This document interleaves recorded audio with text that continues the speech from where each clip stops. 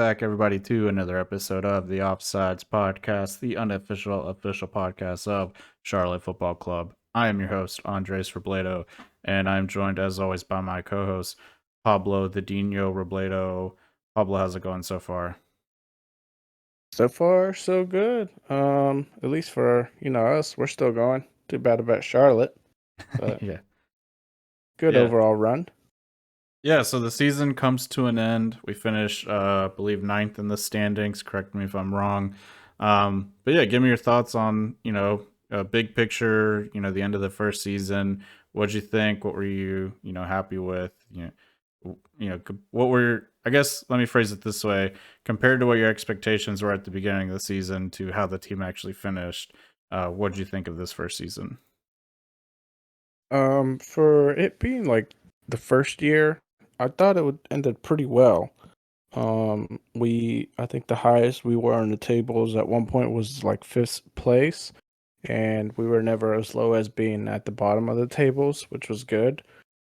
Um, and then towards the end there, it looked like we had a fighting chance. I think everybody and uh, everybody and their mama was like doing calculations on how we could make it into the playoffs and who had to win, who had to lose. So like, they kept us hooked in the whole season. So I thought it was a good overall run. And Charlotte probably gained a good bit of loyal supporters that can't wait for next season to start up. Yeah, I mean, I feel the exact same way. I'm more excited for season two than I was at the beginning of season one. My expectations were completely blown out of the water, especially after that first DC United game, losing 3-0. And now it's funny, like, DC United clearly have struggled all season, finishing, I believe, last in the East standings. Um, so it's kind of crazy how far the club has come. But man, yeah, it was most excited I've been about a sports team in the Charlotte area ever, and most excited I've been about a soccer team in a long time. So really excited to start back up again, and believe me, end of February, early March will be here before we know it, and we'll be right back, right back at it. Um, so yeah, the season's over, but this won't be the end of the podcast. We will have one more episode next week with a special guest, surprise special guest, to kind of recap the whole season and what we're looking forward to next season. And then we will also take a break for a little while and then begin coverage of the World Cup, which should be pretty fun. We will just keep with the weekly format, so just kind of doing a recap of all the matches that happen in a week. And then after the World Cup, we'll probably take a break until preseason kicks up again, and there's a lot more transfer news and things like that to catch up with. And then again, season will start before we know it. But let's jump right into the episode for this week. We're going to recap Columbus and the New York game, and also announce the two winners of the last two remaining bobbleheads. And they will all be sent out this week. But before that, Pablo, any news for the team for us? No, I haven't seen anything new come up on my end. Then again, once we were kind of knocked out, I wasn't sure if anything else was gonna show up. Anything interesting that you might know of? So the only thing I have, and I want to get your thoughts on this, is after the New York game, Latanzio had said he did want to bring in higher quality players, and so that there was a lot of interest in coming to Charlotte to play. I think because of the atmosphere at home compared to the rest of the league, and because we were so close to making playoffs, and once you make playoffs, who knows what happens from there. But that could be interest from European players, South American players, who knows? But what do you take of that message? Does that kind of get you excited for this next transfer window with the front office saying there's going to be more money to spend, and the coach saying, "Hey, I've had a lot of players reach out and say they're interested." Does that get you fired up for season two? Well, yeah, definitely. Whenever the front office tells you they got some money to spend, it's always exciting that you can kind of really start like getting your feelers out there, see what high caliber players are getting close to end of contracts, or maybe see if we can even just pay out a contract fee, but at the same time, it's kind of like a double-edged sword because I think we talked about this last episode that Swiderski is possible that another club might pay his release clause. So Yeah. maybe that's where the money's coming from. Who knows? Are you willing to sell Swiderski for 15 million? I mean, that's kind of, believe you said that's his release clause number, and the number I've heard float around as a transfer fee. Does that seem worth it to you for a guy who bagged, I think, 10 goals and maybe 6 assists or something like that? Um, I think so. Yeah, I think if we get a good, like if we get the 15 million or more, I'm not sure exactly what the figure is, but let's say it is 15 million. I think we could get some better quality. Uh, I don't know if you could say better quality, but we could maybe replace him with two other strikers. Rios is coming into form more, which we saw not only in the Columbus game, but in previous games after that. But I feel like it just took him way too long. Uh, so I just think like we still need another striker because even though Soderski had a great season, there's still the opportunity or the risk of like injury or he could not have a great season. Um, I think it makes sense to invest more in different strikers.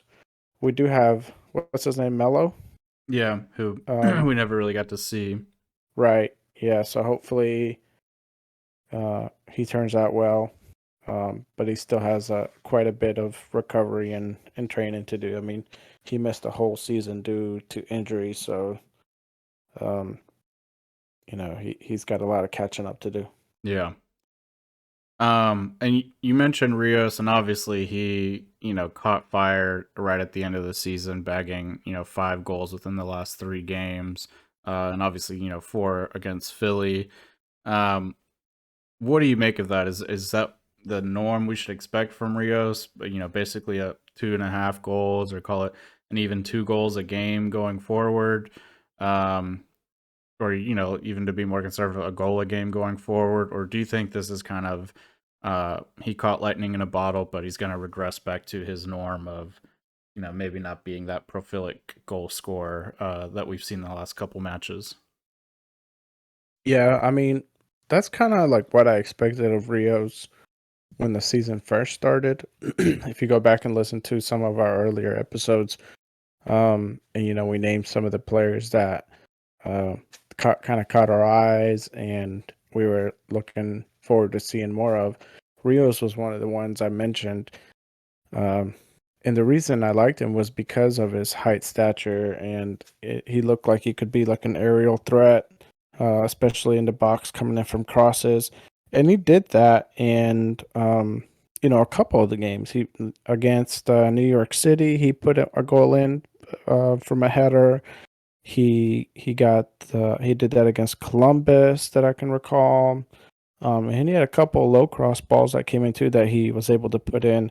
So as far as like, sending balls into the box, like that's exactly what I was expecting from him the whole season, but it's not what we got, and it's not what we saw until the end of the season.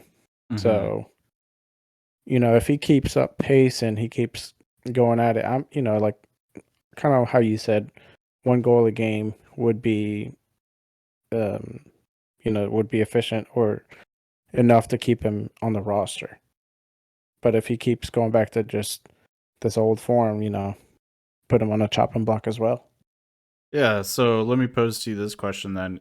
If you get an offer for Rios for, let's say, I don't know, $1 million, which seems to be what your, I think, average DP transfer fee is, um, or it is a very high transfer fee in the MLS.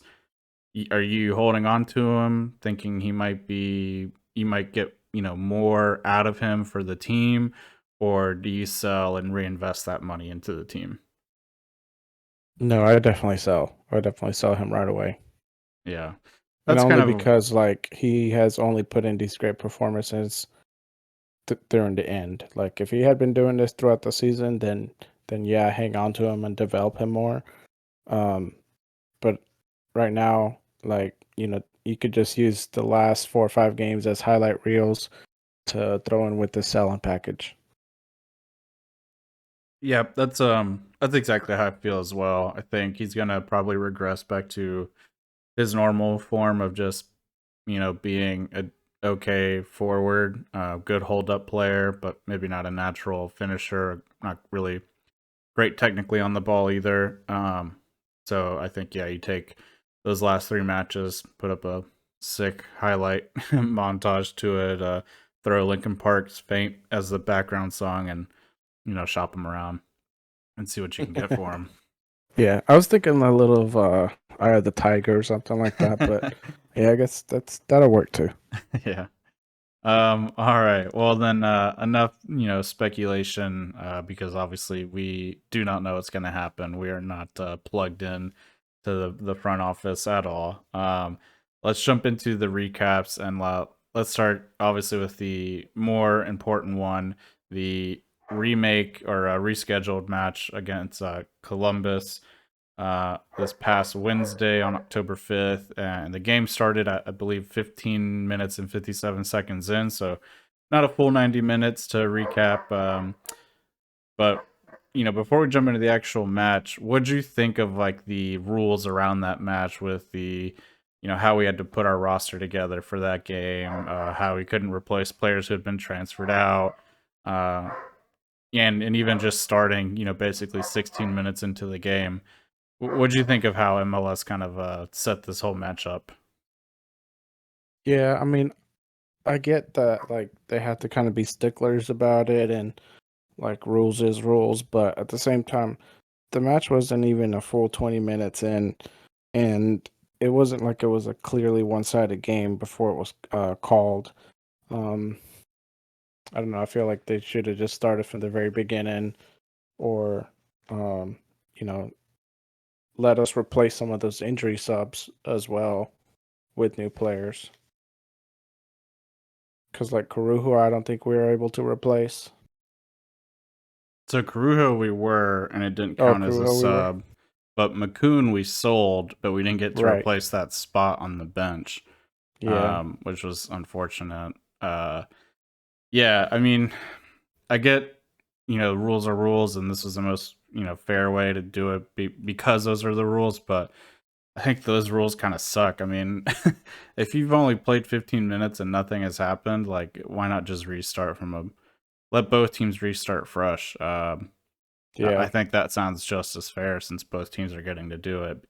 Uh, yeah. it Exactly. I think the way they set this rematch up was in a tactical way more favorable towards Columbus.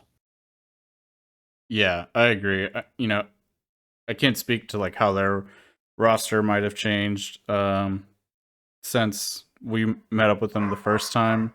But I can't imagine it was as drastic as ours.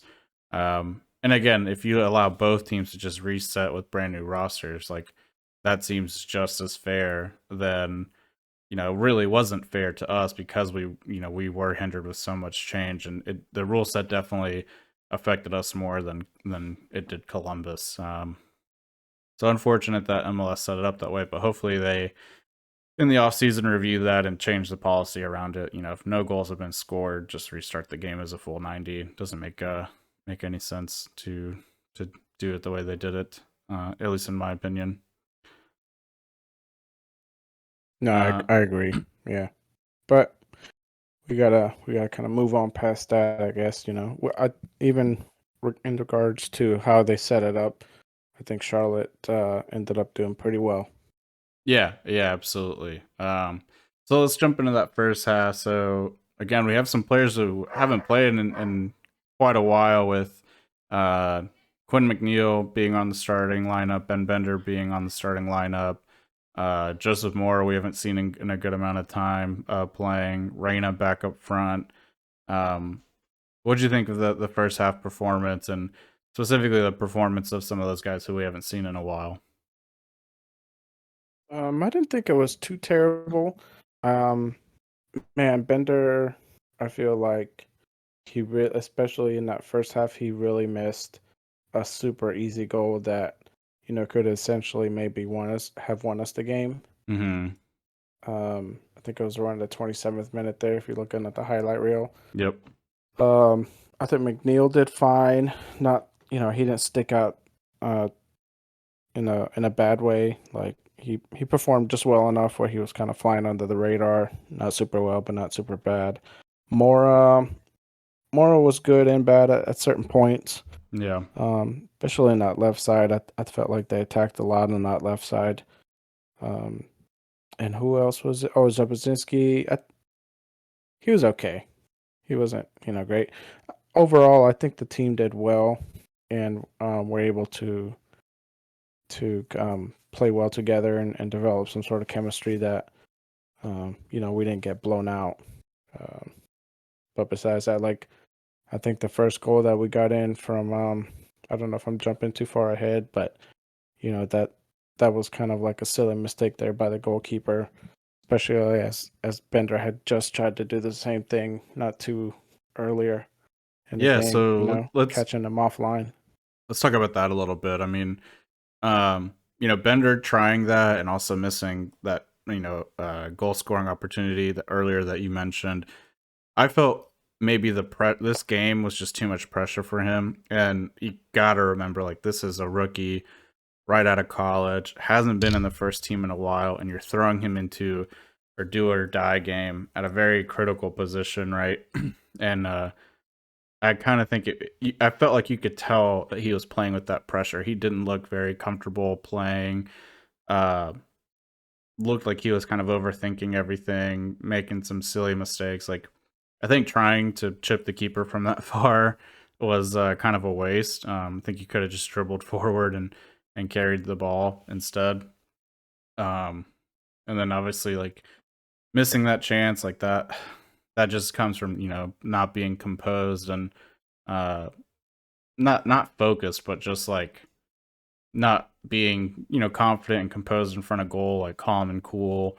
uh I think you could just tell this game was just too much for him, and similarly for McNeil as well. And I think honestly even Subwazinski a little bit. I think he handled it the best out of those three young guys. But even then you could tell he was kind of getting a little frustrated at times, or kind of just could really feel the pressure and making silly mistakes because of it.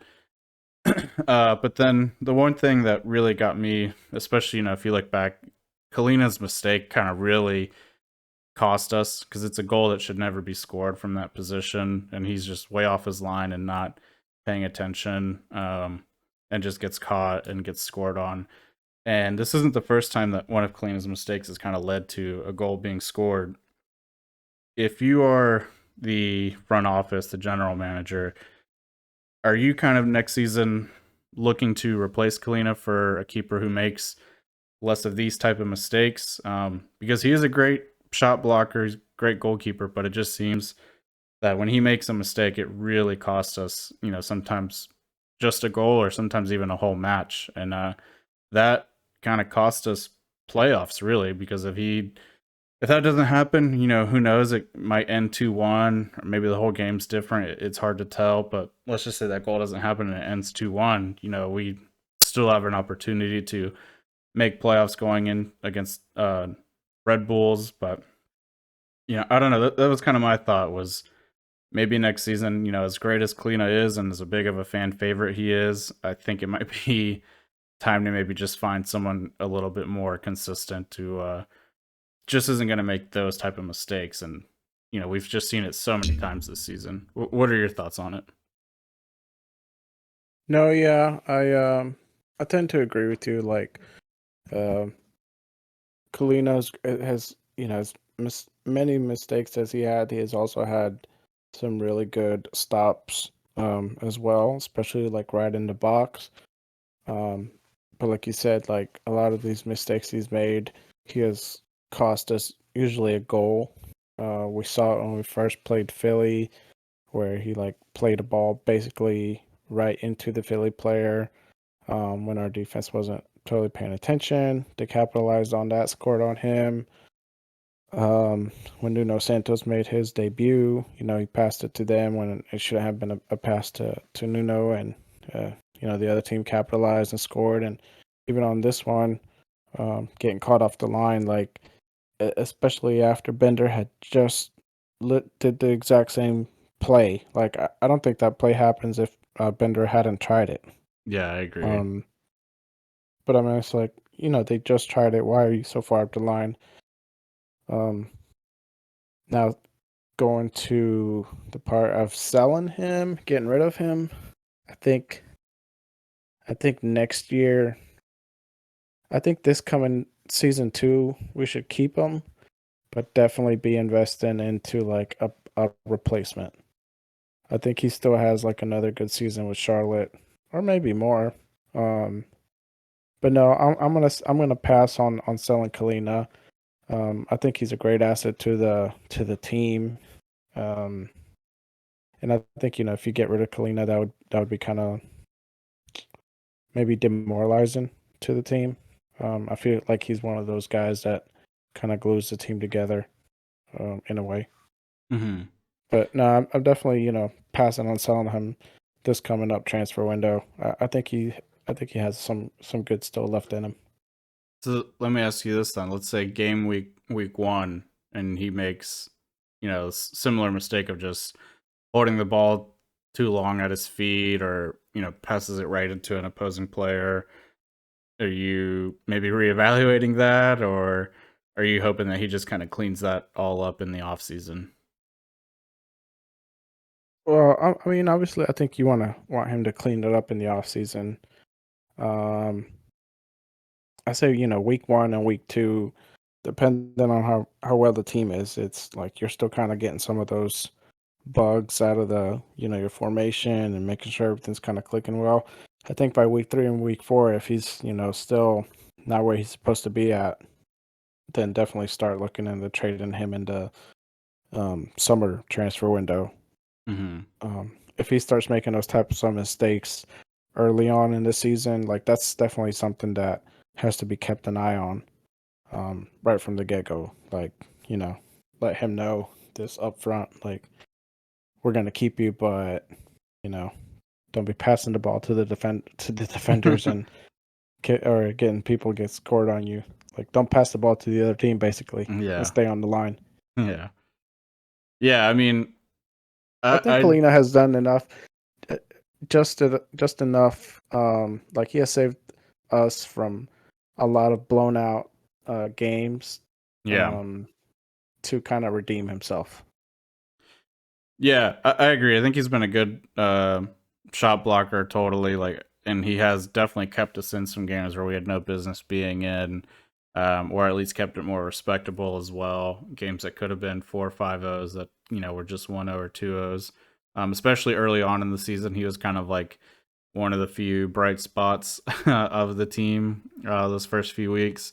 But for me, it's like, man, you kind of you do the math of what some of those mistakes cost you, and maybe that is the difference between making it and not making it, or making it comfortably and not having to fight till the last week to make it. And especially, I don't know about you, but I've been really impressed with Pablos and Cignia, butchering that last name, but the guy who's basically replaced George Marks on the bench as clean as backup. Um, with his limited performances that we've seen, he's definitely impressed me and feels like he could definitely fight for being a starting goalkeeper. So I wouldn't be surprised or shocked if the team maybe started putting him in between the posts more, to try to find a bit more consistency, or if they do go to the market to try to find another star keeper. Um, and I get it if they don't as well. I think, like you said, Kalina's done enough to earn the job, keep the job. um, and obviously, again, he's such a fan favorite that I think it would upset the fan base a good bit to see him go. But just thought it'd be something interesting to discuss. Yeah. I think Pablo has the few times that we've seen him, he's done pretty well. Um, and like you said, he has definitely replaced George Marks. I think of the three goalkeepers, George Marks is the one to sell. Yeah, I agree with you on that. And not because like I don't like George Marks. I think he's talented, but the my only sole reason for selling him is just because, in regards to a goalkeeper, he's just too short. I think it's just too short. Like you put Pablo in that shot against Columbus, Pablo could maybe tip it off if he jumps high enough and like tips it off. But George Marks is he's not getting anywhere near that ball, even if he's on the line. Yeah, no, I agree. I think the team will probably look for a third keeper, or maybe not. I don't know. It's kind of one of those things where, like, if they keep him, I kind of don't care, just because I doubt he's going to see a whole lot of game time.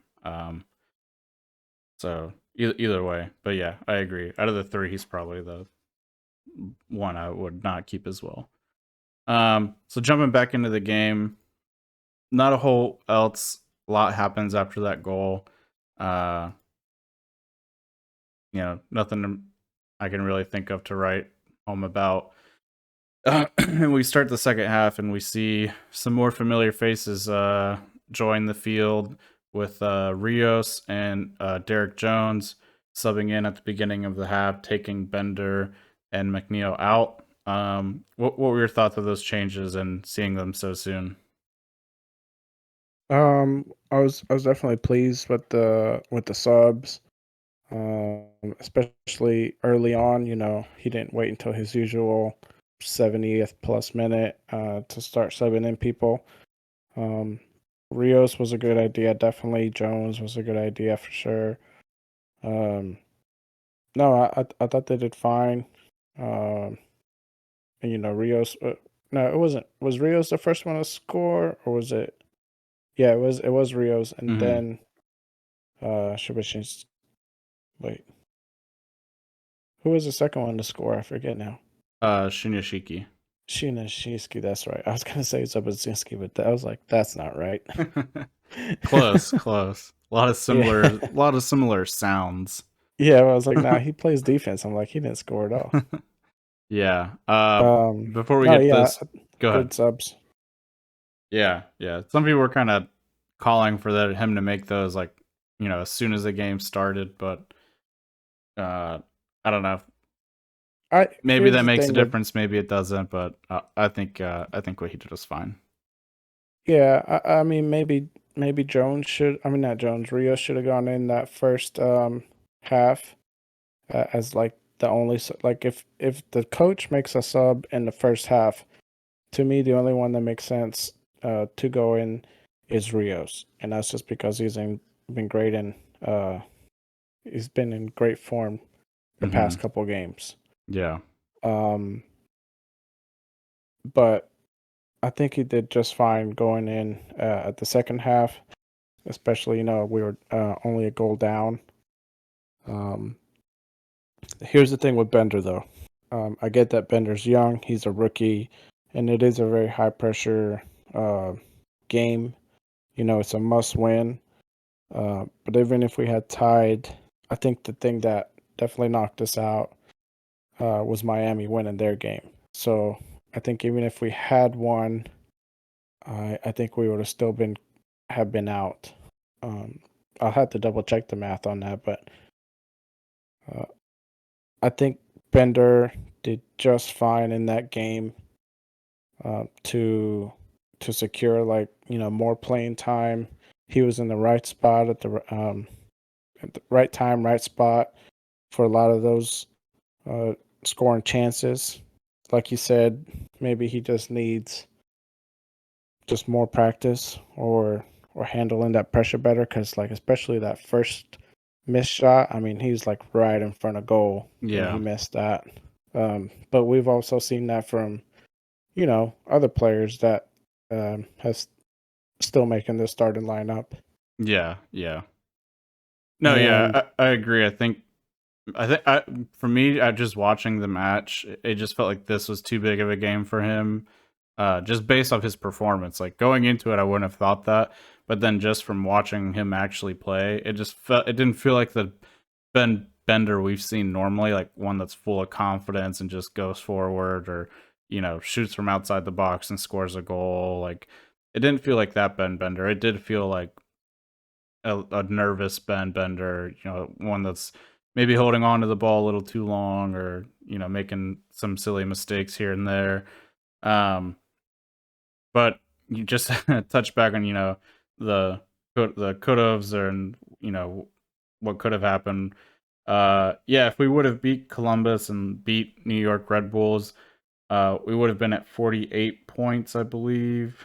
Actually, no, I think we would have been at 47. So either way, we wouldn't have made it. Right. Yeah. We So just would have like, finished 8th instead of 9th. yeah. So I think the pressures of like, we have to win this.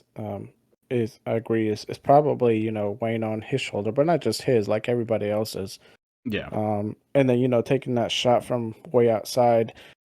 I'm not like this happy with it. That's a good risk. Go to say him like if you make it, if he makes that, he's a hero, right? Like who would have seen that coming? Um, it's just too bad he missed it, but I thought it was a good idea. Um, but at the same time, also it's like you either make it or you don't. Like, but either way, you're kind of wasting a chance, or you're wasting a development of play, if you Yeah. call it that. I don't know. Um, but it was still so early on that it was like, it's worth the risk. Yeah. I think You it know, also just hurts him. It looks bad for him also, just because like immediately after that they scored that way. It's kind of like, well, if you wouldn't have even tried that, then they would have never had the build up that led to the foul that then leads to the goal. And it's like, yeah, I mean, a lot of dominoes had to um, happen, right? yeah, I don't think. I don't think that first goal is Bender's fault, or like they might have copied the idea from him, but like,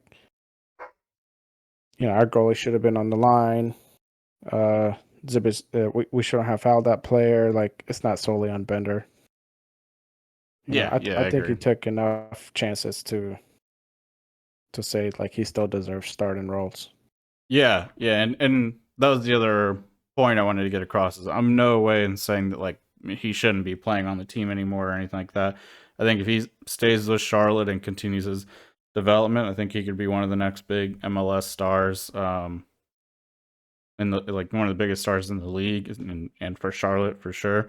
Um, I just think, again, what I've been saying, I think this match was maybe just too much for him at the time. I think next season he will definitely be back better.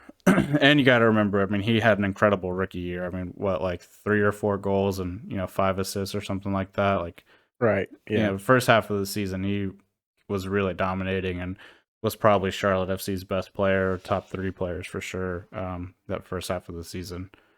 Um, but jumping back to the match, some pretty sloppy defending leads to Columbus's second goal. What do you make of that? I mean, is that pretty much why we haven't seen Mora lately, or should Kalina have come out more to close the angle out, or just just bad defense all across the back line? No, I think it was just bad defense all across the back line. Um, I think for Mora, this is probably one of the worst games I've seen him had, because we've seen him go in for Fuchs plenty of times before, Mm-hmm. um, and he's been fine. Yeah, I just think he's been on the bench too long, and that's what happens. Players get out of form. You don't start playing these 70 plus or 80 plus minute games, and it's one thing to do it in practice when there's really not a whole lot of pressure and you know what to expect from your teammates and how to beat them. But when you're going up against another team, it's a different story. Yeah. Um, so yeah, I think it's just probably one of his worst performances. Um, I don't know that there's anything else that the team could have done to prevent that second goal. Like I think the first goal was one of the ones that is probably the most preventable. The second goal, I mean, that thing's going in, 9 out of 10 times. Yeah. Yeah. I think you're probably relying more on that player to miss hit it and hit it over or wide than anything else. Yeah, I agree with your take on that. Um, but So even Char if Kalina like saves that and like he's not. I don't think Kalina's gonna like stop it and like grab it. Like he's the only thing he's gonna do to try to stop it is it's gonna bounce off of him, off his hands, and by then I think there was at least another Columbus player in that box that could have maybe grabbed the rebound. So like that goal is going in there for sure. yeah, yeah, I Um, agree. but yeah, too bad. Yeah. Things were looking pretty grim. Again, it was early in the second half, so there was still definitely plenty of hope left. And Charlotte FC, in typical fashion, we respond almost immediately with a great counterattack. Bronico drives the ball up the mid, plays Reyna. Reyna with a beautiful cross. Again, just kind of mysterious why he's not getting more playing time. It seemed when he was hot in form, he just kind of got dropped to the bench. But beautiful cross from Reyna to a Rios header. Great finish by Rios. Something we've been wanting to see more out of him, or what we were expecting all season long from him. He was finally delivering on it. And it brings us back to 2-1. And man, there was still a lot of that. The stadium was going crazy this whole match, but man, that really brought it back to life. Just a wonderful goal. Yeah, yeah. Kind of like what we've been wanting to see out of, or especially me, what I've been wanting to see out of Rios this whole season, especially with his height. Um, and like you just mentioned, I'm not sure why Reyna's not getting the starting role over um, Yazviak there. Like he clearly outperforms him in any game that he puts him in. Yeah, So I don't know if because Yazviak has the DP role or I mean he had a hot hand for a minute, like one or two games. it was like Um, tepid. It was a tepid hand. yeah, it's a little lukewarm. It was starting to warm up, and then it went Right. away. But Reyna is consistent game in and game out. Um, Yeah, I mean he had that. to the point that Reyna even has goals on his stat sheets, and Yazviak pretty sure doesn't have any. I think he only has 2 assists, Right. and Reina, I So believe, has 3 goals and 3 or 4 assists. yeah, but that is like one thing that has puzzled me. But I haven't questioned it too much because when we first started seeing Rios in that starting lineup, I was like, what's Rios doing in? He's not his goal scorer, blah, blah, blah. And now we see him, putting goals in at least one every game for the last couple of games. Yeah, So, there's just probably got to be a little bit of a genius to the insanity there of with their formation or the lineups. But from Yazviak, I'm just not seeing it. I don't know if he's trying to force something that's not working or what. yeah. But Reyna seems to be the better option. Yeah, and it did seem like there were some transfer rumors around Reyna. He's definitely one of the players that, if he isn't playing for Charlotte next season, I won't be surprised. But again, hopefully it's a case of he's impressed so much that it's a nice big number, and that number will be used to be reinvested in the club. Um, but definitely a player that I would be disappointed not to see in a Charlotte jersey next year. Yeah, same here. I think both you and I have came to expect a lot of out of Reyna, and he has delivered. Yeah, So, and he's kind of the only player that really plays with any flair. Oh, I mean, hmm jumping ahead a bit, Nuno Santos in the Red Bull game played with a lot of flair, both from a dribbling standpoint and a passing standpoint. yeah, Uh, and we saw it in the Philly game too. yeah, I don't think yeah, we mentioned it, but he definitely was, out dribbling a lot of those Philly players. And it was, towards the end of the game when we had time to waste and it didn't really matter. And uh, but he kept a lot of plays alive by just like his footwork. yeah. But Reno is, I feel like it's kind of like our most creative player when it comes to that stuff. And it for me, I mean, anytime Reno has the ball, it's just you just don't know what he's gonna do, and it's just exciting to watch. One of the reasons I like watching the game, playing the game. So if he goes, I'll definitely be sad to see that style of play leave the team. Yeah, yeah, he has a good cross and a good. I mean, like he can curve that ball in there pretty well. Yeah, yeah, you can. His But delivery is hopefully they very don't get good. rid of him. Yeah, I hope so too. Hopefully he gets back into that starting lineup. If not, so after that goal, one thing we talked about last week, again, I had taken our parents to the game, and one of Dad's big takeaways was like how bad the ref was during the Philly game, and I had kind of felt like that ref was pretty okay. Probably not one of the worst we've had all season, but this ref during the Columbus game was the worst I've seen all season. Just terrible calling, just allowing a ton of time wasting, not calling stuff for us that he was calling for Columbus, not I issuing feel like we cards say for. this every game. Yeah, yeah. It's like no, this is the worst one. They You thought just last week was bad. they just keep anteing it up, man. They're just like, oh, you thought that was bad? Check this guy out.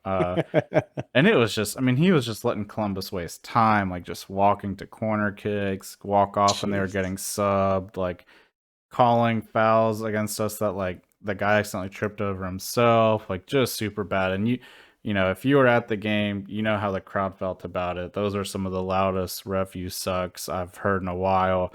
Not calling the PK for Swiderski is just disgusting. Right. Just really, and then he started carding for time wasting in stoppage time. It's like, well, what's the point now? You've already let them waste everything, so I mean, why are you even giving them cards now? I just thought he had just ruined the last 20 minutes of what could have been, an epic game. It could have been just a classic match, and he just, let it get ruined by just allowing so much time wasting. And honestly, I think really cost us the game personally. If we could have had some of those minutes back, I think we definitely could have got a third goal in. It looked like that's what we were heading to. And it really just looked like we just ran out of time. But you watched the game at home. What did you think of that? I mean, was it noticeable on TV? Were you kind of in the same boat that I am, or were everyone in the stadium and I just taking crazy pills? No, no, I noticed it as well. Especially just like what you mentioned earlier, like the Columbus players taking their sweet time on corner kicks, whereas like in the Philly game, you could see where the ref was like telling these guys to like, hey, hurry up, get up here. And I'm just like, I'm not sure if these refs are just coming from different school or like, these guys are interns and they're not getting paid or what, but or they get paid by the hour. But And the no, sad thing yeah, a lot of is a lot of lousy reference. And another one you mentioned too was that that foul to Soderski in the box, and then Soderski just out of his frustration fouls back, and the ref doesn't call any of that, and yeah, just like lets it go, which to me was just ridiculous. yeah, yeah. Uh, and the saddest thing too is apparently on the broadcast they said that he will be at the World Cup. So whatever country gets him for a knockout game, I feel real bad for. Because that guy might literally cost you a World Cup, which Oh is yeah, just sad. Yeah, I mean that's been one of the biggest takeaways of my first season watching MLS is just how bad the officiating is. Like you go watch a Premier League match or Champions League match, and yeah, there'll be bad calls, or you can get bad refs every now and then. But man, it's not every single match. It's just wild. Even when I watch two random teams that I don't care about, it's something that sticks out. Of just like, man, this ref just just makes bad calls. Like it's just really bad. Um, yeah. I thought the same thing. Like, because when I first started watching the Charlotte games, and I was just thinking, I was like, man, maybe I'm just being like too harsh on these refs or too critical. But then, like you mentioned, like Premier League started up, and um, it's just night and day difference on not only player skill level, but also the refing. It's just it's unbelievable how bad it is on the MLS side. yeah, yeah. So we get to the dying moments. It's 2-1. Things are looking down, but let me tell you, being at that game, no one had a doubt that no one in that stadium thought we were going to lose. That's for sure. Even 2-1 down in the 90th minute. No one thought we were going to lose. That crowd was going crazy for Charlotte FC. Charlotte FC chants around the entire stadium.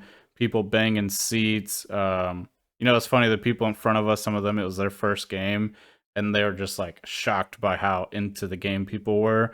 And it was like, well, clearly you've only ever been to Panthers games. But yeah, I mean, people were, around us were kind of just shocked at what the crowd was like. And man, the fans willed that second goal to happen. Great play by Rios to keep the ball alive and set up Shinoshinki for a header. And great to see him back on the score sheet too. And it seems he only scores headers nowadays, but good on him to bring it back to 2-2 and at least give us a chance. It felt like we were going to get the third for a minute, but again, no one thought we were going to lose in that stadium. I can guarantee that. Yeah, it is definitely it's more exciting than Panthers game, I think. Like I went to the Saints game a couple weekends ago. So far, it's the only game they've won this season. But man, it was just like nothing really developed on that game until like middle of the third quarter, and I was just like, oh my gosh, this is so boring. At least like at Charlotte games or just soccer games, there's like constant action back and forth. There's the chants. The supporter sections is always going crazy. Like the supporter sections were very loud through the TV. So I Yeah. agree with you. Like that second goal only came just because like the fans were so pumped up and they pumped the team up. Um, and again, another just surprising play by Rios, keeping that play alive and sending that cross in. I don't know if he knew Shinishinsky was going to be there, or if he'd just be like, someone's going to be there, but Someone's going to be there. right, yeah, someone's going to finish it. But yeah, like good on him. Just try the shot and keep the play alive, and then just send it in there somewhere. And like you said, good to see Shinishinsky back on the score sheet, because like whenever Soderski left, he kind of took over that role.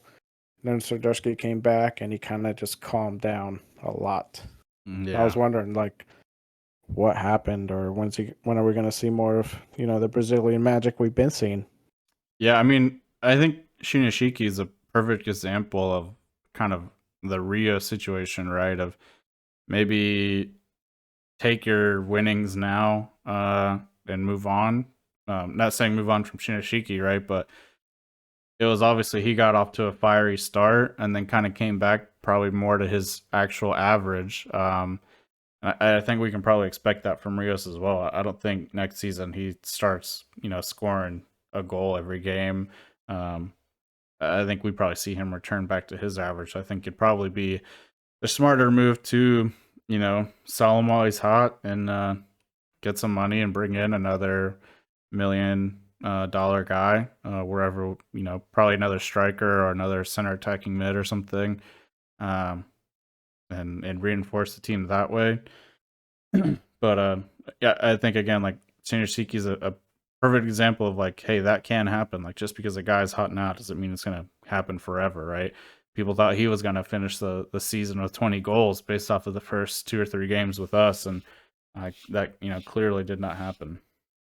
Yeah, I think if you go back to some of our earlier episodes, when Soderski came back into the play, I'm like, okay, like who's gonna get that starting role, or like these two guys are kind of tied up for leading scorer of the team, and I thought it was just they're gonna try to like battle it out and start scoring goals left and right, and it was just the clear opposite of that. Um, Yeah.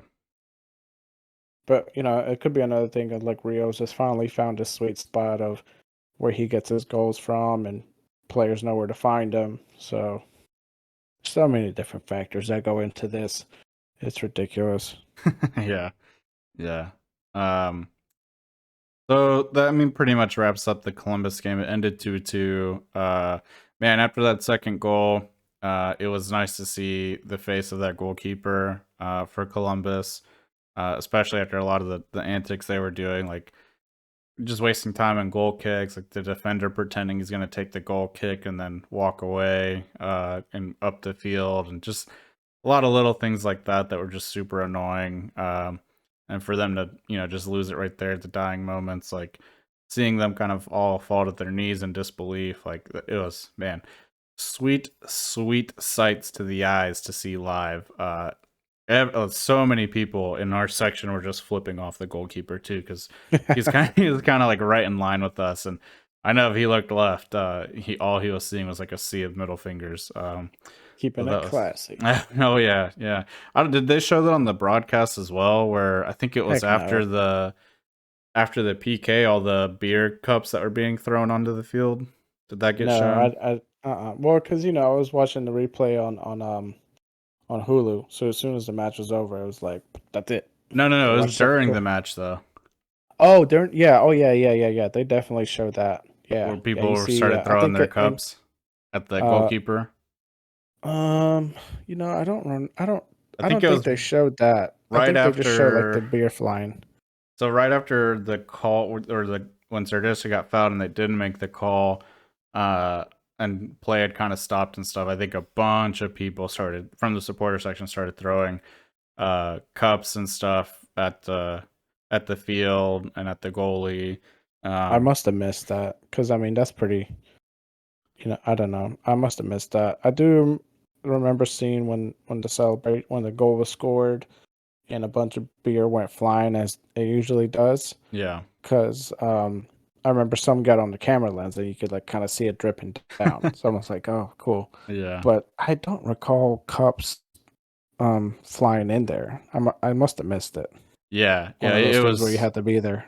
Yeah, yeah, it was crazy. It got a little crazy there. They had to like announce it over the PA system, like, "Hey, if you're throwing stuff, you can be kicked out and arrested." Blah blah blah. And it took them. That was another thing that wasted a lot of time, was just kind of getting everything back under control.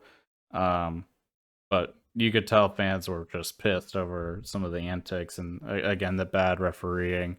And while I don't condone that behavior, it was sick to see. So, uh, I condone it.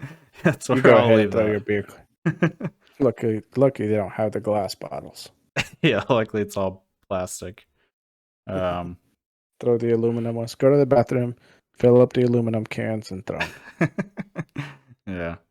Um, so And yeah, I don't mean fill them up with water. You know what to fill them up with. the yellow snow. Caca. Oh, you're going there. Okay. um, So yeah, so the match ended 2-2, essentially, ruining Columbus's chances to make it to the playoffs as well. I mean, thankfully Orlando did that, but uh, we helped as well. I like to think it was a tag team effort of Oh, for just sure. knocking Columbus out. Uh, any final thoughts on that match? Um, no, I think I covered a good bit of it. I like that, we came back and tied it up. Um, at the beginning of the season, like anytime we went down on a goal, like it wasn't expected.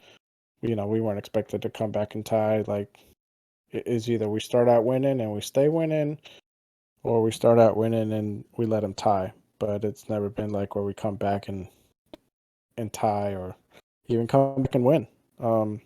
So I was happy with the result. I'm glad we're starting to see some ties. Because again, at the beginning, it was like either win or lose, and I Yeah. think a lot of those tie points could have really helped us out in the grand scheme of things. So, but I think Charlotte and the fans did an excellent job at that last home game. I would have loved to have been there. Yeah, I mean, it I was think next year awesome. I'm going to make a point to go to the first one and the last one and a couple in between. Nice. Got to go to the Atlanta one. That one's For for sure. sure. Probably New York Red Bulls is going to be another good home match. Uh, Trying to think of who else would be good home game, because you went to when we played Red Bulls at home Yeah. here. Yeah, this year, right? Yeah. So Yeah, after they knocked us out of the Open Cup. yeah, yeah, Yeah. Yeah, I went to that one and that was a good game. that was a good game. Yeah. What other good games? I'm trying to think. I guess just in our conference, really. Uh, yeah, first, last, and Atlanta. Those are And they pretty good games to make it to. and Charlotte really surprised me with a lot of these games that I went to, because I went with the expectations that we were not going to win. Like New York Red Bulls being one of them, New York City being one of them. Um, the Philly. I didn't go to that one because I thought we were definitely gonna, even though I had tickets, I thought we were gonna lose, and that was a crazy game. Yeah, that was definitely So the it game just, not to miss. but still, it's like Charlotte really surprised a lot of us with those wins. Absolutely. I mean, a couple of weeks ago, it felt like the only way to make playoffs was to win every home game. And it turned out like they kept that playoff hope alive by winning some crucial away games. New York City away, and then I guess winning Philly and New York at home. Like just winning those games was just massive. Yeah, yeah. Especially beating Philly. I mean, one of the top teams, Yeah, ruining one of their the their favorites to win the cup. yeah, and ruining their opportunity to get the supporter shield. That feels good too. Oh yeah, yeah. Anytime um, we get to crush dreams, that's when yeah. it's the sweetest. If we're not gonna win cups, let's at least ruin it for other people.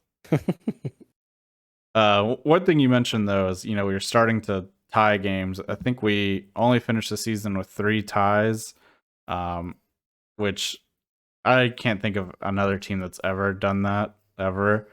Uh, that's just a crazy low number of ties. Like, and that's kind of I think one of the weird things about our season was how much of a do or die thing it was. Like we either won or we lost. Like you, I feel like you normally do not see that in teams. And it's just crazy that you look over the Eastern Conference. We had 13 wins, and I think that's one of the highest win counts in our conference. And to not make playoffs based off just that, it kind of just shows like how many points we gave away on the road, even a couple at home. So if we can just turn even just half those losses into ties, I think we're going to be sitting pretty good. Yeah, yeah, you bring up a good point. Like, you know, um, Philly, obviously, they have a lot of wins. They got like 19 wins. Montreal has 20, but everybody else is right there on the 15, 14, and 16 mark. And we're right below that with 13. But we also have, like, I think, well, besides DC United, the highest loss count. We're tied up with Toronto. We have 18 losses. Yeah. DC United has 21. I mean, think about. I mean, So, if you turn half of those into ties, right. that's 9 more points. That puts us at 51. That puts us at Yeah. fifth. Like that's just crazy. Yeah. Yeah, it is. And I think in regards to ties, we have the fewest. Montreal has 5 ties, Yeah, we're at and 3. yeah, we're at 3. Everybody else is like 6 and above. I mean, shoot, we needed 6 more points to make playoffs. So even just six Right. ties would have got us there. And like just to support your point there more is, Philly going in as number 1 on the Eastern Conference right now, one of the heavy favorites to win it all. They have, 10 ties. Yeah, So, like you said, we just got to focus on, if we're not going to win, it's at least tie. at least tie it up. Yeah, yeah. Yeah. And a lot of that I felt like has to do with the away performance. But Yeah. I think the team improved a lot on that towards the end of the season. Especially if you look at our first couple away games to our last couple. We can jump into the New York game now. I don't think we have a ton to say about that match, but I mean, we dominated that game, just couldn't find the back of the net. And you go back and look at some of our early away matches, and it was just like a totally different team that didn't even know how to play. A team that could barely get out of their own half most of the time. So I think next season we can definitely expect to see that 18 number drop down a bit more. I I would would hope so. definitely, yeah, I would definitely be happy with another 13 win season or 13 win season. As long as that tie number goes up, Yeah, or if if we the get win like number goes 8 or 10 up too. ties, that'd be good. Yeah. I mean that we would have definitely made playoffs comfortably there. Yeah. So let's jump into the New York game. I don't have a ton to say about it. We didn't really have a whole lot to play for, really. We were out of the playoff race by now. New York was well into the playoff race. And it was their last home match, our last match of the season. Um, and again, just getting scored on by a silly mistake, pretty similar to what we saw against Columbus, actually. Similar style of goal being scored. Uh, but again, I definitely thought we looked the better team, just couldn't finish, which I think has been our struggle pretty much all season, really. But what did you think of the match? Well, this match I didn't watch on the TV. I just kind of caught the highlights. What did we do yesterday? Oh, we were at the Renaissance Festival all day yesterday. That's why I didn't get to watch it. Gotcha. Yeah, but I did keep track of the score, and I saw they scored early on. I'm like, oh, this is not looking good. Um, I did look at the lineup, and I was excited to see Pablo starting at the goalkeeper. I want to see more of him. I think he'll start to get in better form once he gets more minutes under his belt. Um, but when they scored, I think they scored in what, like the 7th or 8th minute. Yeah, pretty early. Right. Yeah. And looking at the highlights from it, it's like, they tried him with like a very outside the box shot. Um, he blocked it. It was unfortunate that they were able to rebound on it. I'm not sure if Red Bulls were counting on that rebound, if like that was part of their strategy. You would think so, right? It's like probably they practice that all the time. It's like, hey, clean up the box, Yeah, just get those follow up the shot. yeah, follow up the shot. Um but I think that first goal really got into Pablo's head. Like you could see he was very visibly frustrated by it. Yeah. Um I'm not sure if it was just because it was so early or because he's like finally like it's his first MLS start. Well, not his first, but where he's like Yeah. definitely on the lineup sheet, not due to injury. Like Colino was injured last time, so that's why he got the start. But yeah, he was very clearly very frustrated by it, and I think that got into his head a little bit. Like to me, that's still a very early goal. You can still treat the game as being somewhat 0-0. Like just put that one out of your mind. Get back into your game tactics, or same game plan, and just go after it. Um, Yeah. but I think that's probably what started the slow decline of it. We, but Charlotte had a lot of chances. Like just going back and looking at these highlights, I'm seeing more block shots from Charlotte than I'm seeing Red Bulls shooting. Oh yeah, I mean we dominated the first half. I think we had 75% possession at the end of it. Could have easily been, 3 or 4 goals if it wasn't for that keeper played a great game. If it wasn't for him making some really good saves. The Nuno Santos one comes to mind, like just great play by him to fake the shot, put it on his I think his left foot or right foot, and try to curl it in there. That was a good save. So just a lot of moments where he was making some pretty good saves. Uh, just unlucky to not be able to finish. Swiderski had a really good opportunity, which a great pass by Rios to Swiderski. He's in his chest to set him up. I really think he should have scored that.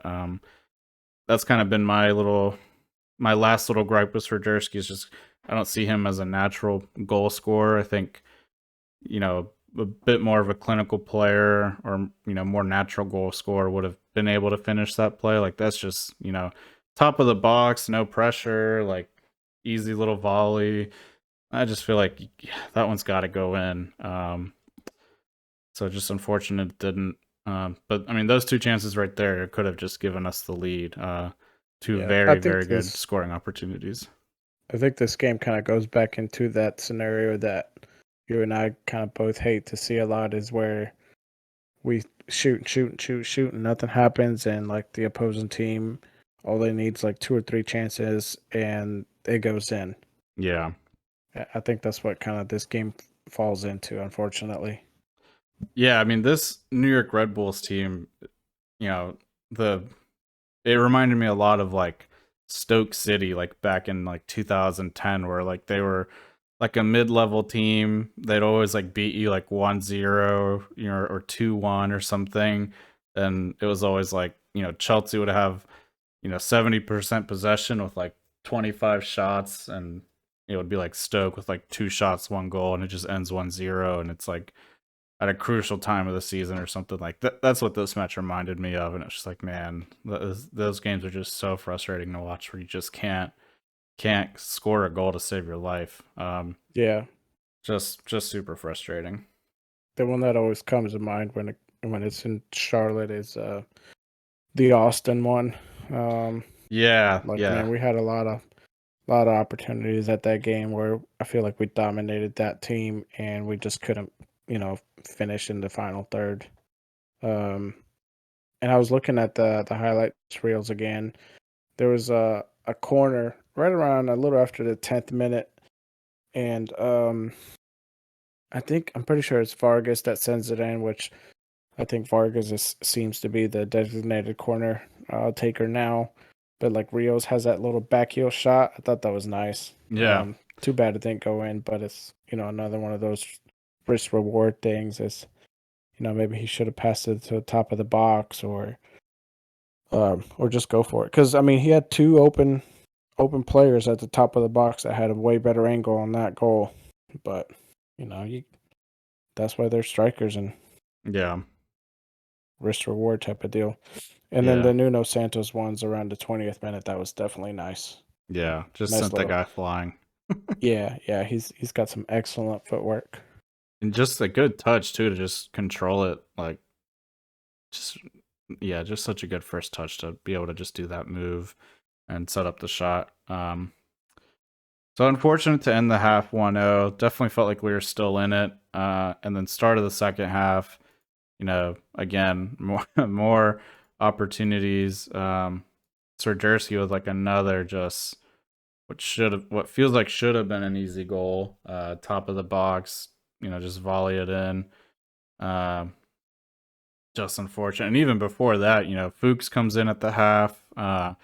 And sets up Rios for a great goal scoring opportunity. He just misses the outside post. But man, I'm not gonna lie, I kind of forgot how good Fuchs was. I kind of felt like, yeah, we're not really missing anything with Awful being out there. But I kind of thought Awful had a really bad game. And when Fuchs came in, it was like, oh, I kind of keep forgetting he is a slight tier above everyone on the team, even at 37 years of age. I thought he did very well coming off the bench. Um, you know, again, you only saw the highlights, so you know. Do you think we see Fuchs again next season, or was this maybe the last time in a Charlotte jersey? Um, Man, I was just getting ready to ask you that too. I almost feel like we might just get one more season out of him. And Yeah, that's about it. and you Um, know, is it a season where he is a starter or a similar role like he's been most of this season, or would you prefer to see him, you know, come off the bench, or you know, be more of a like rotation player than a full on 90-minute player? Man, so I think like Fuchs has done enough in his career, not just with Charlotte, but with in the Premier League too, where like if he comes back next season to play with Charlotte, I don't see him coming back as just like coming off the bench type of player. Like Mm-hmm. it's either he's starting or he's retiring. Yeah. But that's just that's my opinion on because he's done so much. Like he was the main sign-in for Charlotte. He's been the main guy for uh like the main jersey seller for Charlotte. Um like the spokesperson for Charlotte, I would say probably has to also been Fuchs. Yeah. So yeah, I don't see if you start like taking his time away. I don't think he's gonna stick around much too longer, but I don't think maybe one more season at best. Yeah, yeah, I would not be surprised if he, calls it quits after the end of this season, or during this off season. I think it would suck, especially since we only had him for one season due to COVID. Ideally this would have been Charlotte's second season and his second season. Um, I'm torn because like he does still have flashes of like that Premier League level talent. But then there's just other times where it's just like, man, I don't know. It might be time to move on. Like, the Atlanta game comes to mind. A lot of games in that 75th minute come to mind where you can tell he's just gassed and he's getting beat. Right. Yeah. And I don't want to see him go out that way too, where he just becomes a total liability and no longer is a fan favorite and stuff. Like I'd almost rather just see him kind of go out on top, which is where he's at now. Yeah. Um, I think he so could like maybe just give us one more good season. But I don't see him finishing a lot of games. Like, get him the starting role, but I think just due to his I don't want to blame it on his age, but just, he does seem to get fatigued um in games more than others. I would say like, 70th minute, take him out, put in a fresh defender. yeah, maybe sign like a young left back to kind of learn under him and get like a solid 30 Yeah, minutes each week to start yeah. developing and then give him the Or get starting more role. to start developing more on that side. Yeah, Because, yeah. Alpha's not going to be able, he's not going to stick around too much longer either, I don't think. Yeah, I mean that's another player who's same age as Fuchs, I believe. I mean, shoot, FIFA 21 thought he was going to retire at the end of that season. So who knows what's going to happen this year? But yeah, that's another player where if he's not in a Charlotte jersey next year, I won't be surprised. Not based off performance or anything, just 37 is old in a soccer career, right? So just won't be Yeah. surprised if he decides to call it a day. Yeah. And so then moving on further into that second half, just a crazy goal by New York Red Bulls. Nothing Pablo could have done to save it. Just the third goal also that's really been scored against Charlotte FC in my mind.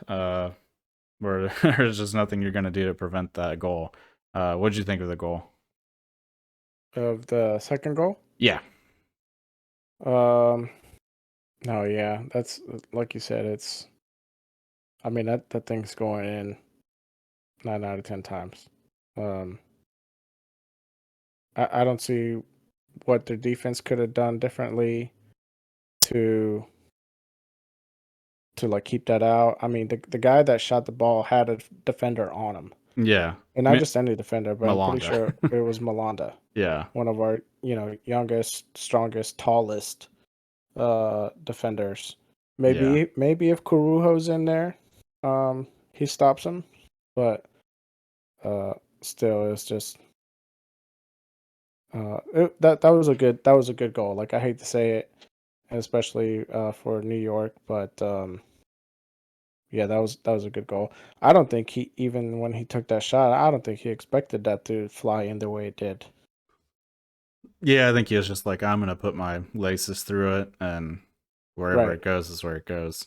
And Yeah. I mean, I think that guy might be just like part Colombian. He's just like, I'm just gonna try to shoot it. yeah, There's uh, no passing. yeah, Passing absolutely. to the back of the net. Couple of good saves by Pablo again to kind of reaffirm that conversation that definitely needs to happen of who's going to be the starting keeper next season, Pablo or Right. Kalina. I think this game. I think if Kalina's in the goal, I think this game ends the exact same way. I don't think he can stop either of those two goals that went in. And I think Pablo had a lot of good saves that kept it from being 3 or 4-0. Same as Yeah. Kalina might have. Yeah, exactly. But it makes me feel very confident in our backup keeper. We've got a real good backup keeper. Either way, right? If they decide to switch things up next season, uh, So we've got good depth there. Yeah, I think I don't know. I think a change that definitely needs to happen is Yazviak just needs to be subbed out or sold or something, So and put Reina in. yeah, that was going to be my last question to you. You didn't get to see the full extent of Yaziak's performance against New York Red Bulls, but for me personally, it's probably one of his worst. He early on in the first half, he lost the ball in the box to what could have been an easy, pass to the middle for an easy goal. Really costly mistake. Didn't really get anything going at all this game. Just one of his worst performances, and again at a time where the announcers were kind of saying, this is his last opportunity to really, show what he can do for Poland for the upcoming World Cup. And I mean, for me, if I was the Poland coach, I would not be taking him. It seems like a waste of space. Right. He has shown very, very little for Charlotte FC. I know there's a lot of fans of his and still believe in the potential, but at 24 years old, going to be 25, you can't really, to me anyways, you can't really rely on that argument anymore of like there's potential there. Like you've got to start showing it. And the whole like, well, it's a whole new league, blah blah blah. He's had enough opportunities to adapt to the new league. There's been players who have adapted quicker than him. I mean, look at Yep. Malanda, look at Byrne, look at Santos. Santos.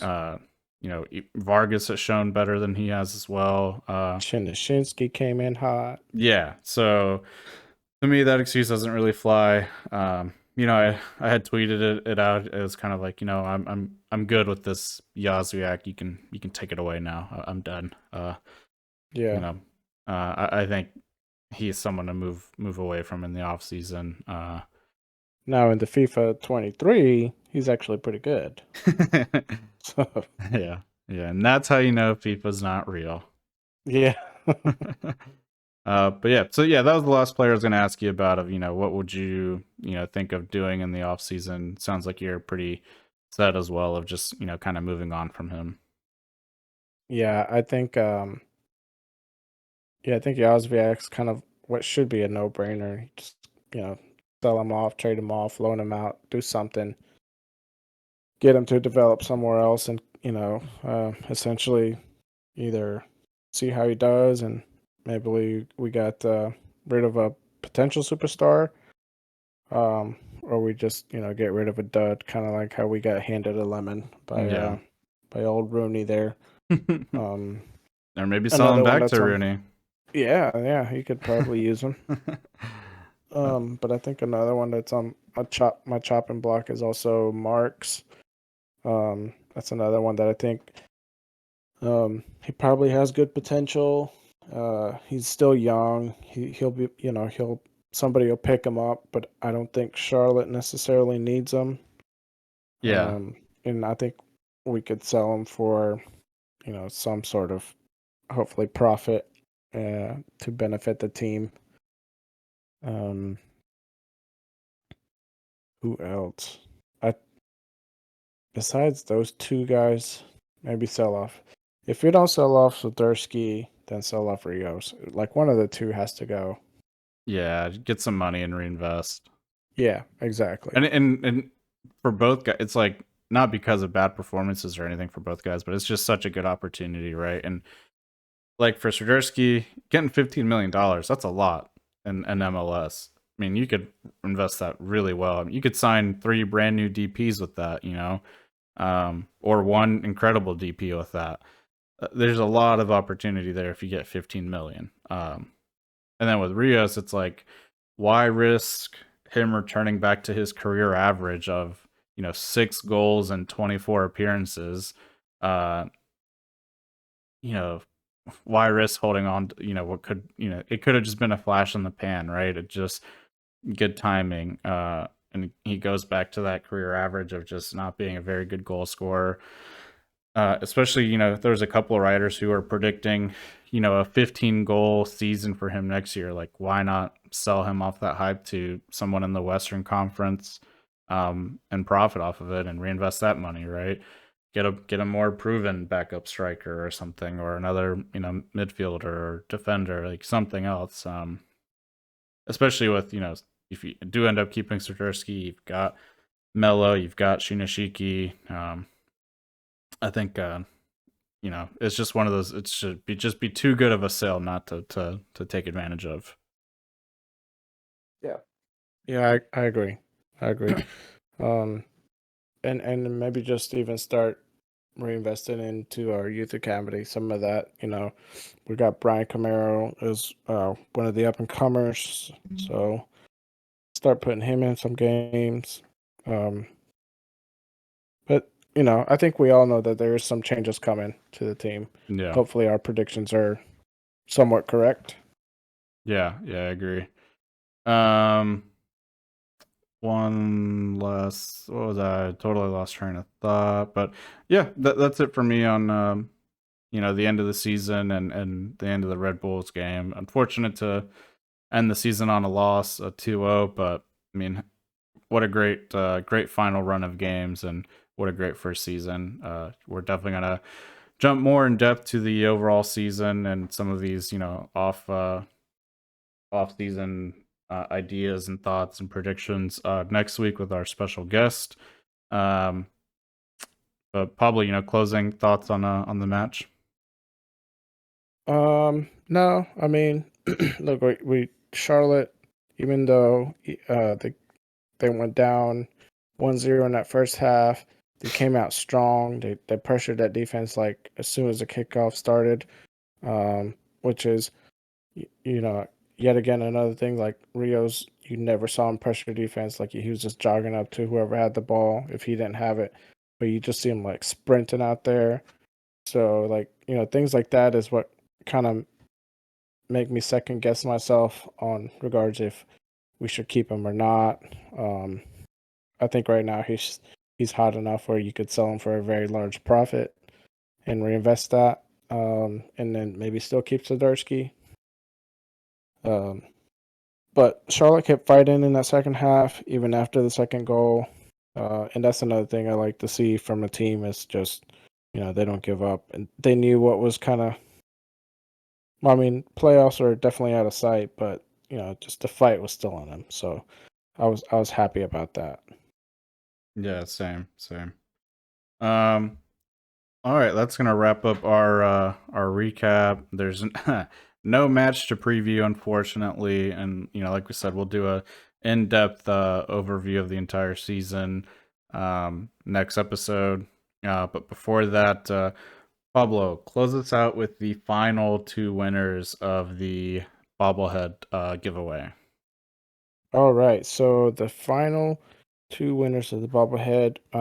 These I picked from Instagram. They did their little entry post on liking us, liking the post, following us on Instagram, and tagging two people on the post.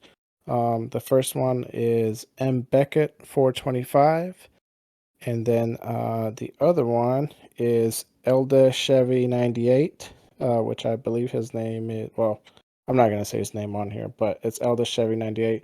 So I'll reach out to both you guys on Instagram and get your address. Let me know when or where. I know when you want me to send it, but where you want me to send it to, and I'll get those sent out to you. Hopefully this week. This week for sure. Yes. I Yep. just got to get the information. So congratulations, guys. Thanks for entering. Thanks for the support. And thanks for the Cash App. I mean, just thanks for the support. Yeah. Yeah. Well, we'll definitely be doing more giveaways next season. Hopefully, we can get an opportunity to maybe give away some more tickets. We only got to do that, once this season. But that was pretty fun to do. And yeah, again, this is our second to last episode until the World Cup starts, and then we'll cover the World Cup, and then after that, we will maybe jump on a couple of episodes if some news comes out or if it's a good Right. Champions League match or something. But then, yeah, we'll start up again regularly every week. Once what do you say, preseason kicks off, right? Yeah, I'm sure like come preseason and maybe even before that there'll be some we got the window transfer coming up in the wintertime. And then what is it, around December ish? Yeah, I think it starts in January. Oh, is it? Well, anyways, so I'm sure there'll be rumors and news jumping off by then. Who's going? Who's coming to the club? All kinds of stuff. So Yeah. we'll probably start heavy on the episodes again right around that time. We'll definitely cover some World Cup. Speaking of World Cups, you got any predictions? I know a lot of what people want to see in the end is the Argentina and Portugal, which would be, just amazing. I think if that happens, the World Cup's rigged. Oh yeah, for sure. I want to see that just because it would be so poetic and it would end the debate on who's the greatest of all time, which I don't really Yeah, think there's much of a debate. But I don't I haven't watched enough of either of really any international matches. I haven't really watched enough of me to either. get a good take on it. But it doesn't feel like Portugal or Argentina are up there. I think Brazil are looking pretty Argentina is nasty. one of the heavy favorites. Um, Yeah, but did they you know have Italy been. is not even in the World Cup this year? I don't think they've been in the World Cup for the last like couple years. Italy? Yeah, Wow. they've missed out a couple times now. It's hard to Jeez, qualify in Europe. that's crazy. It's Uh, crazy how things have changed. But I yeah, think Argentina is like one of the heavy contenders. They seem to have a good, strong squad. So does Brazil. But and I mean Neymar's in real good, strong form here yeah. recently. Gabriel Um, Jesus is looking good. yeah, Uh, yeah, I know France. I mean, they won it last year, and they still have a pretty good squad. But they've lost quite a couple of games here recently to some low-level yeah. teams. And you don't ever And really see Spain teams go hasn't back done to that back. well. Yeah. Yeah. Well, yeah, I don't think, yeah, I think you're right. I don't think any team has won it back to back that I can recall. It happened. Brazil did it, but it was like the 70s or something. It was a really long time ago. Right. Um, Um, but if Argentina wins it, I think this would be their second World Cup. They've only won it once, I believe, right? I could not tell you. I'm pretty sure this would only be their second. That's crazy. Yeah, yeah, with What's them being crazy is such a that they didn't win powerhouse. it in like 2010 or 2014. You go back and look at those Argentina teams, and they are stacked. So that's kind of Yeah, why, like, I don't think they'll do it. Just if those teams didn't do it, like that was like the most talented Argentina team ever. Um, I don't know. I saw a post where they were showing some of the squad for Argentina, and the teams that they were playing for. I was like, wow, I can't believe these guys are all in this squad. I've never heard the names. I haven't kept up with them, but they were coming from some pretty high European clubs. hmm, So we'll see yeah, how it goes. It'll be interesting to see. But like you said, if it's Argentina and Portugal and the final and Portugal wins it, that's how you know it's rigged. yeah, absolutely. Um, yeah, it'll be a good one. I think this is probably the first World Cup in a little while. Actually, yeah, this is probably the first World Cup out of the last 3 or 4 that I've kept up with where I don't feel like there's a clear favorite. Like, when France won it, it was just like, well, they have the best at like every position. Like, I'm not surprised they won it. When Spain won it, I was also not surprised. Like, Barcelona and Real Madrid were the best teams in the world, and they were all Spanish players. So it was just like, Yeah, yeah, those those guys are definitely gonna win it. Germany, when they won it, were like looking like the best team in the world at this also. So this well, is when kind of the Germany beat Brazil in their own country yeah, man. and by such a large margin, that shocked me for sure. By the margin, yes. I wasn't surprised Germany won just because of how it was kind of similar to Spain, where it was just like, man, they have all the best players, like at Yeah, all the and Neymar was positions. out, like he was out because of injury. Yeah, Colombia that hurting. was yeah. I was gonna say you're welcome, Germany. Yeah, That Auf Brazil Wiedersehen. Colombia game is the worst game I've ever seen in my life. Colombia Yeah, got ever so since then, there's cheated. been a pretty good little rivalry when Neymar plays against Colombia. Yeah, man, But yeah, that was a garbage reffing game.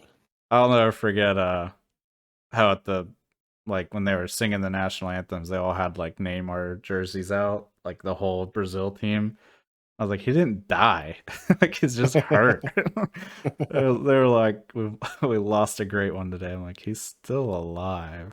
Yeah, and that's another thing like Germany showed us, like, if you're dependent on one guy to win this tournament for you, then this is why you're gonna lose. Yeah, yeah. Yeah, I don't know. It'll be a good a good World Cup. Colombia's not in it, so that's unfortunate. Yeah, But no. South But I'm America's hoping probably the Japan wins it. hardest to qualify for. Yeah. Japan would be good. Yeah, that'd be good. They have a sweet kit out. Yep. Japan has a sweet kit and And no one Mexico has a else. sweet kit. No, Mexico's got a pretty cool one too. Everyone else has garbage ones. The US one's so bad. Yeah, the US one's pretty lame, but the US ones, it's like hit or miss. They're either like just lame and plain or just downright atrocious. Yeah. Um, I think some of the African teams have a pretty good one. Like Puma has came up with some pretty good ones. Hmm. Yeah. Like kind of subtle but classy. Yeah. Um, England keep could an be eye out for a those. good favorite. But I don't know if England, that's I don't know Premier if League England's bias gonna do though. well this year. I think it We'll might be a see. little bit of like Premier League bias of just like all the good players I know are English players, but that's only because I watch the Premier League. Yeah. Um, yeah, I don't know about those. I don't think England's gonna. It's gonna be interesting because it's England and US in that same group. Yeah, I think that's US's first match, right? Probably. Yeah, Be nice. that'd be a good match. Awesome. Well, any other closing comments, or is that it? Yeah, let's wrap it up. Alrighty. Tired. Well, yeah. Uh, yeah. So we will see you guys next week with the special guest, surprise guest, who may or may not have some inside information. We'll have to see if he Maybe it's can. Nuno Santos. Maybe I met him again in a Target and threatened him if he didn't appear on the podcast. I'd leak It's like, his quit address. following me in Target. Yeah. But yeah, great episode coming out next week with a special guest star. You guys will definitely want to tune in. Yeah, who knows? There might be some leaks coming. Probably not, but Shakira. even better, Shakira's accountant. Oh god. All right, we will catch you guys next week. Laters. Hasta mañana.